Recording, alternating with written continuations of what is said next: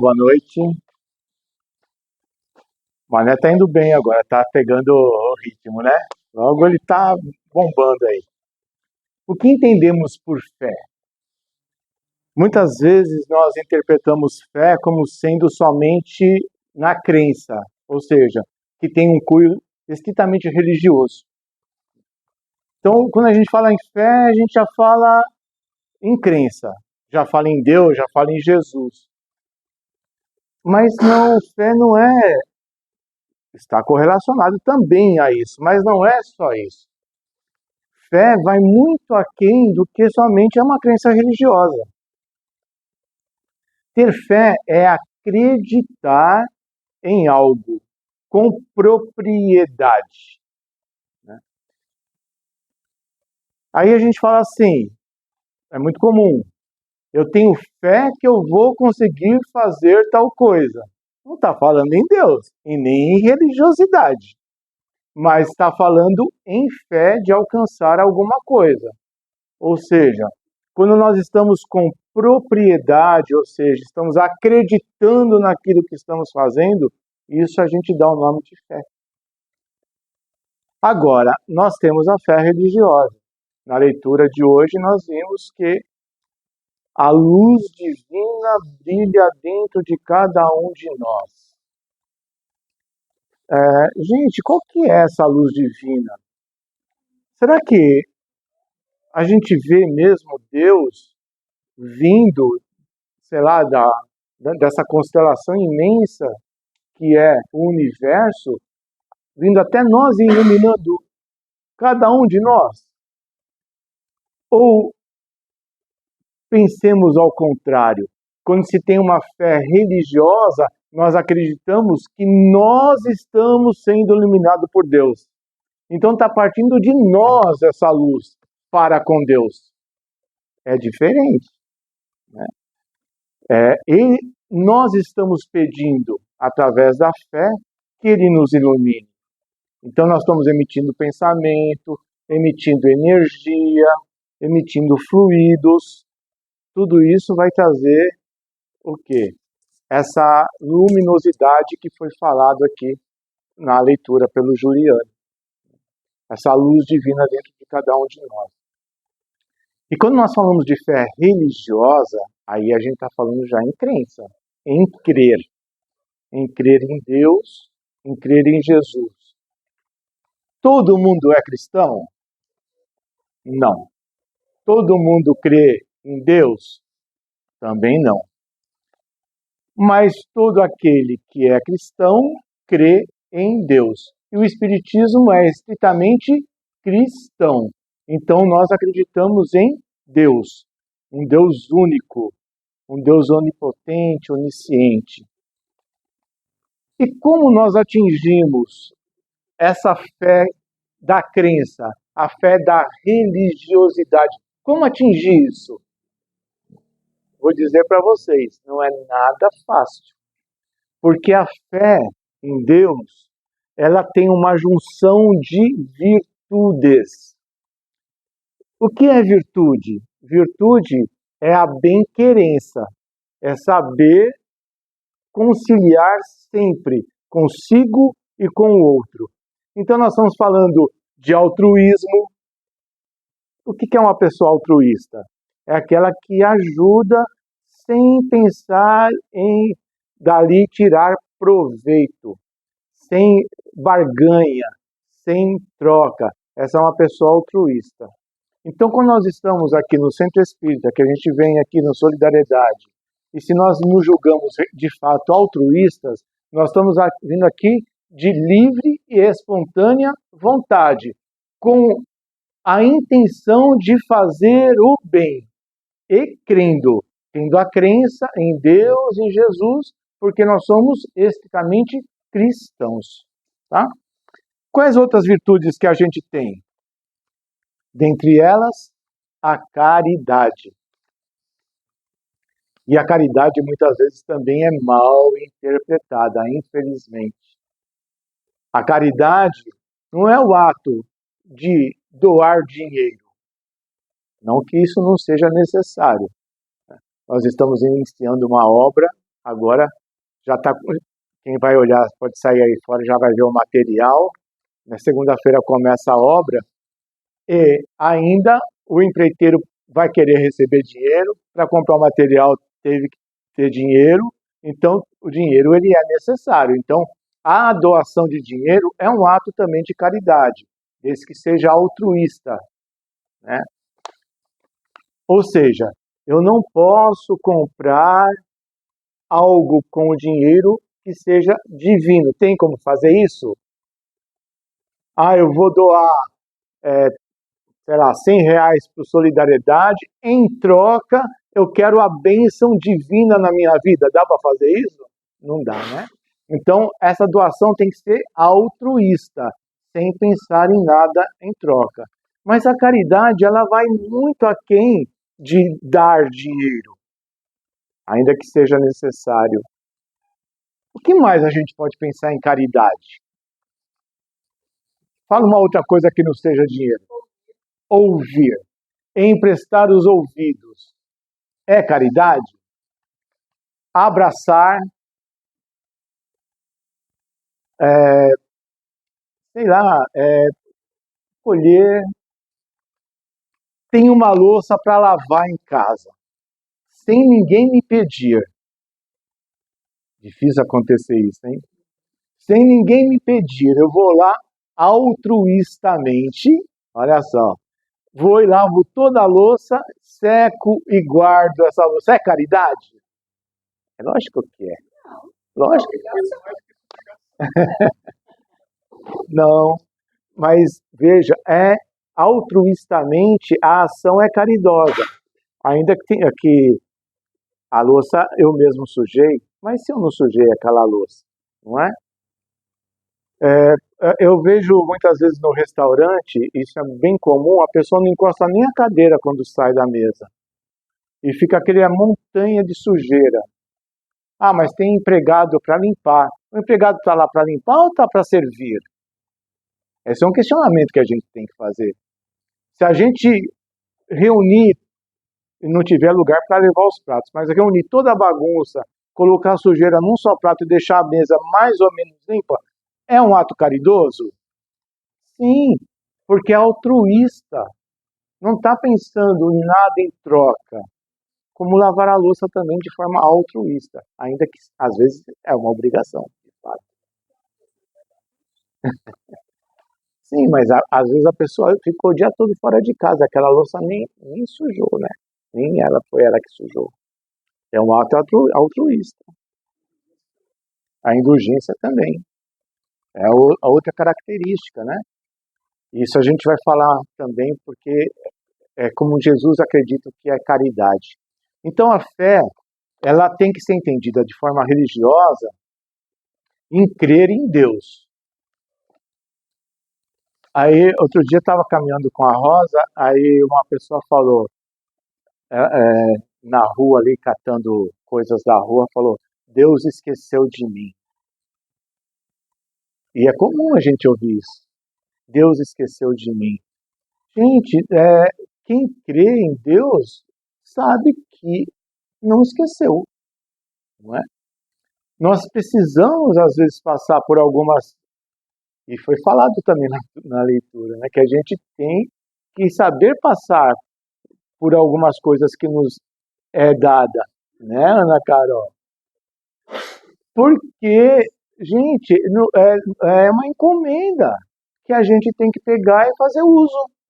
A nossa existência é uma encomenda. Nós somos filhos de Deus. E tudo que nos acontece é por obra divina. Ah, mas tem vezes que a gente dá umas antecipadas, tudo bem, é verdade. Às vezes a gente dá uma enrolada e a gente mesmo se compromete. Mas sempre há o espírito protetor, um anjo guardião, nos vigiando, nos orientando, nos guiando. Sempre, tá? Outra coisa que é um ato de fé e caridade. Não pensar em coisas imediatistas. Ou seja, a gente quer que as coisas aconteçam muitas vezes no ritmo que a gente quer que aconteça. É assim ou não é? A gente quer que a pessoa que conviva com a gente faça do jeito que a gente quer que ela faça. É possível? Não é possível. Nós não modificamos as pessoas, nós podemos nos modificar, mas modificar a pessoa é muito difícil, é muito complicado, não é tarefa nossa. Então, quando a gente começa a pensar em coisas muito imediatistas, eu vou fazer isso para obter aquilo, nós estamos mais do lado material do que espiritual. Então, a nossa crença está mais na objetividade do que é palavra fé, e não na palavra fé enquanto religiosidade. A gente está falando em fé de uma forma generalizada, e não de forma religiosa. Então, quando a gente pensa de forma religiosa, a gente crê em Deus, a gente crê em Jesus, e a gente sabe que nada acontece no ritmo que a gente quer que aconteça. A obra ia começar semana passada. Por que não começou? O mestre de obra me ligou e falou, está chovendo essa semana toda e vai chover a semana toda. Nós vamos começar na semana que vem. Vai fazer o quê? Vamos começar segunda-feira. Não é? Então, a gente tem que entender, às vezes, o ritmo de alguma coisa.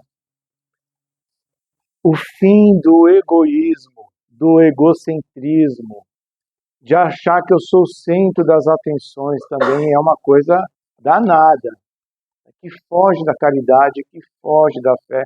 Assim como o orgulho também foge da caridade, foge da fé. Não é? Eu vou dar aqui uma lidinha no que diz a Revista Espírita. A Revista Espírita é um dos materiais codificado por Kardec, em 8 de julho de 1858. É a caridade segundo o Espírito São Vicente de Paulo. Então vou falar entre aspas. Sede bons e caridosos, essa é a chave dos céus. Chave que tendes em vossas mãos. Toda a felicidade se contém neste preceito. Amai-vos uns aos outros. Não pode elevar a alma sem elevar-se espiritualmente, senão pelo devotamento ao próximo. Somente nos arroubos da caridade encontrará a aventura e a consolação. Sede bons, amparai os vossos irmãos, deixai de lado a horrenda chaga do egoísmo. Cumprido esse dever, abre-se-á-vos-á o caminho da felicidade eterna. Gente, amar aos nossos irmãos. A gente fala assim, eu faço isso. Será? Será que a gente compreende mesmo o ritmo do nosso irmão? Será que nós nunca nos melindramos com as coisas que os outros fazem? Será que eu estou sempre no nível elevado de pensamento? Ah, a pessoa falou uma coisa que me magoou. Será que eu me magoei ou não? Mas eu já sou espiritualizado, eu nem vou me magoar. Será? Será que eu estou nesse nível? Então a gente tem que fazer uma reflexão, porque amar o irmão é muito difícil. E aqui a gente está falando de próximo, hein? Nem de distante, porque o distante é pior ainda. Nós estamos falando de próximo. Nós estamos falando do cônjuge, que é o marido ou a esposa. Nós estamos falando dos filhos, falando dos netos, até dos bichinhos de estimação, que às vezes a gente chega, rasgou todo o sofá, né? Ou seja, até aí a gente tem que ser altruísta, até aí a gente tem que amar o irmão, né? Porque todo ser, quer seja vegetal, animal ou hominal, segundo Leon Denis, que ele chama do homem de hominal, essas três categorias a gente tem que ter altruísmo, tem que amar. A gente, assim, é uma coisa que me deixa muito chateado quando eu vejo, dói no coração. Estão cortando numa avenida aí 10.000 árvores para ampliar a avenida. Gente, 10.000 irmãozinhos estão sendo cortados para ampliar uma avenida, passar mais carros para poluir mais ainda o nosso ar. Quando deveria aumentar o número de condução, né, de ônibus, enfim. De outras formas da pessoa chegar ao seu destino. Cortar 10.000 árvores, isso dói no coração da gente, né? Mas é não amar o irmão, né? E amar o irmão é muito difícil, porque muitas vezes a gente quer que ele faça aquilo que a gente quer que ele faça, e não vai ser possível. Essa é a pergunta 886 do Livro dos Espíritos. Qual o verdadeiro sentido da palavra caridade entendida por Jesus? Kardec pergunta aos benfeitores. Eles respondem: benevolência para com todos. Primeiro, benevolência para com todos. Ou seja, eu tenho que ser bom com todo mundo. Começando por mim, né? Como eu posso ser bom comigo mesmo? Tratando da minha saúde? Sim. Tratando do meu corpo físico? Tratando da minha parte espiritual, psicológica, né? Não se magoando, não se ressentindo, não provocando nenhuma crise de orgulho, de egoísmo e coisas do gênero. Estou me cuidando. E estou sendo bom com o próximo, entendendo que o próximo, olha só, nós somos espíritas, estamos dentro de uma casa espírita. Eu entender que o próximo é um espírito reencarnado que tem uma diferença da minha reencarnação. É entender isso. Isso é benevolência. É que Jesus pede, é uma das coisas. Depois ele fala, indulgência para as imperfeições alheias. Então, eu estou sendo bom com todo mundo e estou compreendendo que cada um tem uma imperfeição. E eu estou compreendendo essa imperfeição de boa, tranquilo. É meu irmão de caminhada, eu sei que ele é imperfeito nisso, naquilo. Eu vou compreender numa boa, estou de boa. Não vou fazer nenhuma maldade, porque estou fazendo bem a todo mundo. Estou compreendendo a imperfeição alheia. Olha, duas tarefas difíceis, né? Quer a terceira agora? Perdão de todas as ofensas. Então é fácil. Como Jesus entendia a caridade, como ele agia enquanto Jesus, dando exemplo. Benevolência para com todos, sendo bom para com todo mundo, né? Entendendo as imperfeições do outro, entendendo numa boa, aceitando numa boa, e perdoando qualquer ofensa. A última Jesus nem aplicava, porque ele não se ofendia.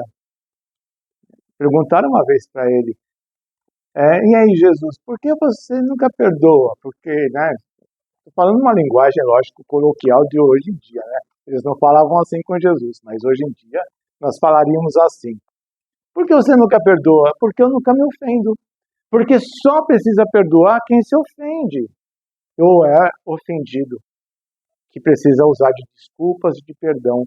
Quem não tem mais, já está nessa virtude avançada, já não precisa mais nem perdoar, nem pedir desculpa, nada disso, né? A máxima de Jesus, aquela que todo mundo sabe. Quem pode falar para mim? Eu vou começar, vocês terminam. Amar a Deus sobre todas as coisas e o próximo como a ti mesmo. Olha que lindo a explicação dessa máxima de Jesus. Nós somos seres divinos? Somos seres divinos? Acabamos de ver que somos, né? Na leitura de hoje falou que nós temos a luz divina dentro de cada um de nós. Então nós temos a luz divina dentro de cada um de nós. Somos seres divinos? Sim. Se nós nos amarmos, estamos amando a Deus? Sim, porque nós somos seres divinos, a luz está brilhando dentro de cada um de nós, eu estou me amando, automaticamente eu estou amando a luz divina, estou amando a Deus. O que nos resta? Amar ao próximo. Essa é a grande virtude que Jesus deixou. Porque se eu me amo, eu já estou amando a Deus. Eu sou a essência de Deus. Sou filho de Deus. Falta amar ao próximo. É a parte mais difícil. Já se amar já é difícil. Porque a gente comete conosco mesmo uma série de imprudências. E amar ao próximo, então... Bom, vamos lá. Joana de Ângeles. Quem ama de fato, tá? Caridade é o amor, o livro, tá? Quem ama de fato nunca se machuca, nunca se ofende e nunca se magoa. Nem tem ressentimento, nem ódio e nem rancor. Uau! Quem se ama nunca se machuca. É fato? A gente se machuca?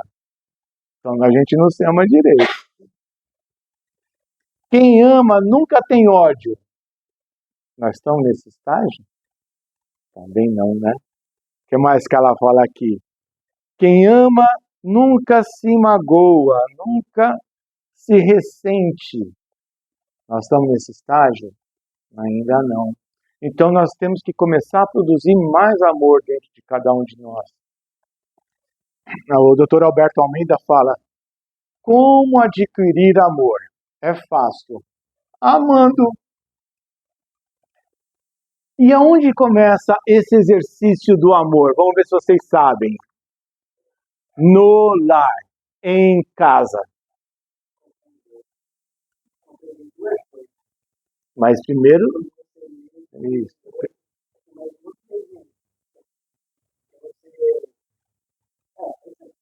Tá. Mas é dentro de casa que é o exercício, né? Gente, dentro de casa, a espiritualidade coloca as peças do quebra-cabeça que nós necessitamos. Ah, mas é um filho problemático, mas é esse cara que precisa estar ali. Ou para me corrigir, ou para eu corrigir ele. Não é? Ah, mas é um filho super bacana, legal, é justamente para me transformar também numa pessoa bacana e legal.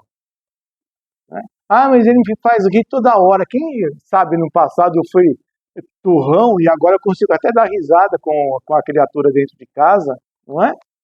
Então, sabe, essas peças dentro de casa, elas estão lá para o nosso exercício de construção de uma vida melhor dentro de casa. Bom, estou amando todo mundo em casa, já está tranquilão. Já amo minha esposa, os outros amamos o marido, já amo os filhos, já amo... Né? Tá tudo em casa, está em ordem. O que nós temos que fazer? Agora nós temos que ampliar esse horizonte. Nós temos que começar a amar fora de casa. Aquele vizinho que toca o funk, que buzina, que no ano novo fica com a moto... Né? A gente tem que começar a amar também esses irmãos, que eles também precisam ser amados. Não da mesma forma que a gente ama um ente querido, mas desejando que ele não caia na moto, né? Porque geralmente a gente fala, por que essa moto não tomba, né? Às vezes a gente tem esse desejinho, mas a gente não pode ter esse desejo. A gente tem que falar que esse irmãozinho consiga caminhar, que ele consiga entender que ele está atrapalhando o sonho das outras pessoas, rezar por ele para que a espiritualidade possa intervir na vidinha dele.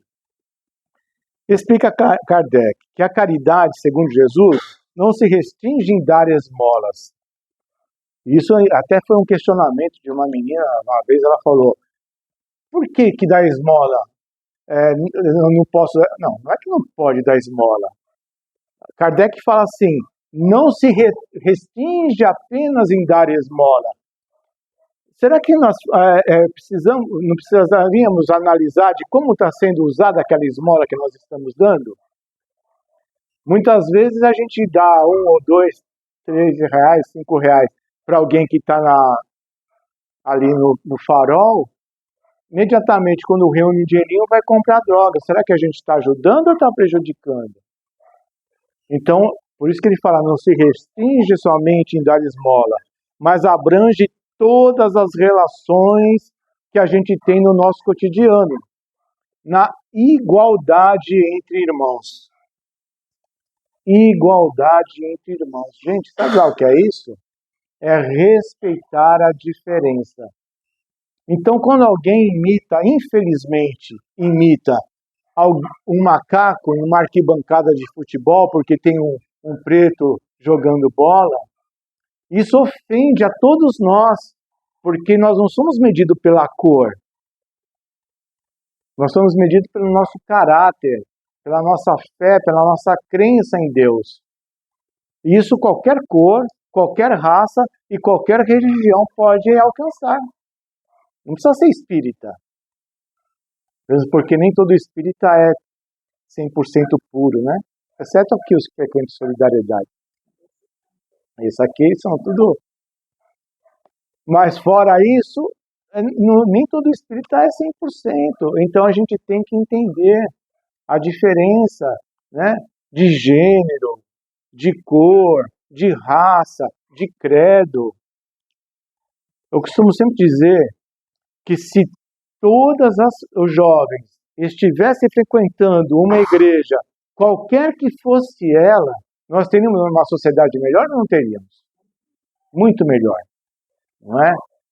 Se todos os jovens rezassem à noite, agradecendo pelo dia antes de dormir, se todos nós fizéssemos isso antes de dormir, de manhã agradecer por mais um dia, por mais uma oportunidade de viver e conviver com as pessoas as quais amamos.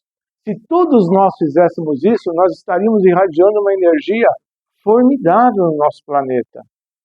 Mas, infelizmente, ainda nem todo mundo pensa dessa forma. Poucos rezam. Poucos fazem evangelho no lar. E é meia hora só por semana, hein? Imagine se fosse o dia todo, um retiro espiritual. É meia horinha por semana, mas são poucos que fazem. Tanto que os espíritos benfeitores falam assim, quando tem evangelho no lar, a gente sabe, porque a luz brilha naquela casa. Mas, infelizmente, são poucas as casas que brilham essa luz. Então, a própria espiritualidade chega à conclusão que são poucas casas que praticam o evangelho no lar. Que é uma coisa tão simples, né? Uma leitura, uma explicação daquela leitura, um dia por semana, até 30 minutos, às vezes dá 20, às vezes dá 25 minutos, dependendo da explicação, né? Dentro de uma crença religiosa, cristã, que é o nosso caso, se nós perdemos esse vínculo com o cristianismo, a gente perde o vínculo com Deus? Sim ou não? Você acha que não?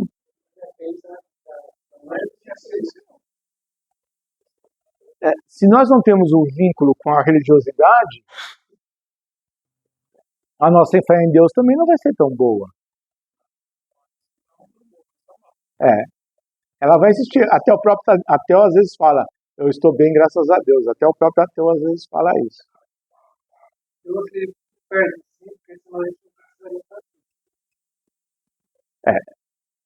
É o que o Juliano disse, que você está certo. Quer dizer, a gente pode ter uma ligação, só que é ínfima. Vai apagando a vela. Vai estar no finalzinho da vela, que pode apagar, não é? O que vai fazer a nossa chama crescer enquanto crença na fé em Deus? É praticando a religiosidade do Cristo, exercitando essa máxima de Jesus, quando ele fala que ele entende por caridade, benevolência, indulgência e perdão, não é? Quando nós aplicarmos isso no nosso cotidiano, bem aplicado, não tal qual o Jesus, porque é um outro patamar, né? Está no outro nível, mas o mais próximo possível desse patamar, ajudando no que puder. Se eu não posso falar bem, mal também não vou falar. Não é? Então, se a gente começa a praticar isso, exercitar isso, a gente começa a melhorar automaticamente. A nossa fé religiosa vai crescendo, a nossa crença em Deus vai melhorando. Porque agora eu não estou mais amando só as pessoas dentro de casa, eu estou amando as pessoas fora de casa também. No nosso grupo de estudo de quinta-feira, a palavra mais falada lá é eu te amo. E é um grupo de estudo. E é eu te amo. Por quê? Porque as pessoas se amam de fato, pela convivência. Né? Então é isso que é gostoso, essa construção que a gente pode vir a fazer. Né? A prática do bem, ela tá aquém da materialidade. É lógico que nós precisamos dos bens materiais, certo? Nós precisamos nos vestir, comer, enfim, fazer todas essas partes. Mas, gente, é tão fácil a gente produzir um ato caridoso, né? É tão gostoso, né? Como hoje, por exemplo, um lanche delicioso que foi colocado entre o curso que a gente faz e a reunião pública, né? Feito com carinho e tal. Então, essas coisas que faz a grande diferença em nossas vidas, né?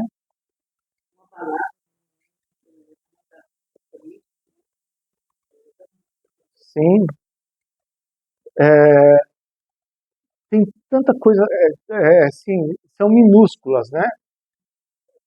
Por exemplo, um idoso entrou numa condução, um jovem ou uma pessoa não idosa está sentada no banco de idoso, imediatamente deve levantar e dar lugar para o idoso. É um ato caridoso. Né?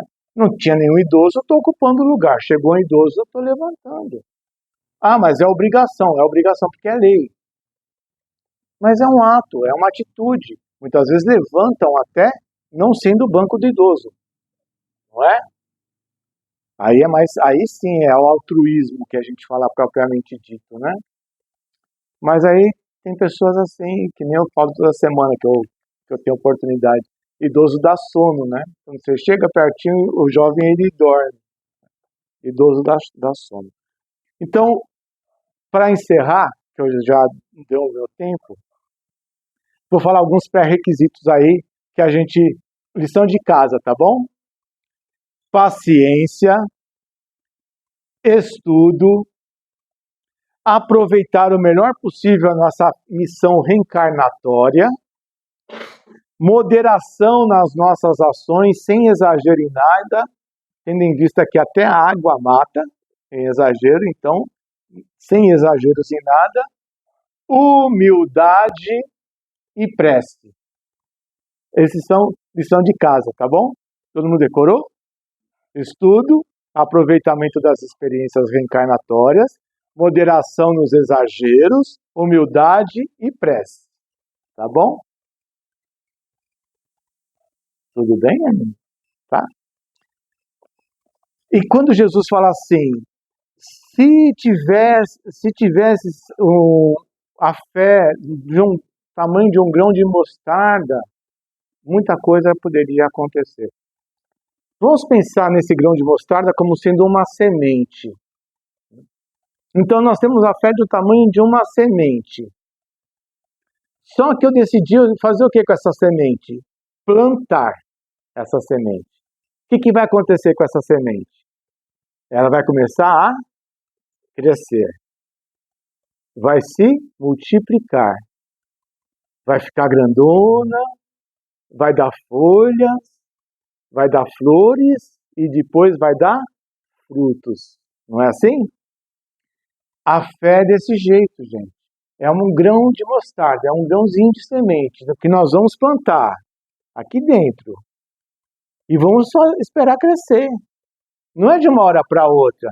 Ninguém vai dormir hoje e acordar amanhã totalmente puro, totalmente bom, não é?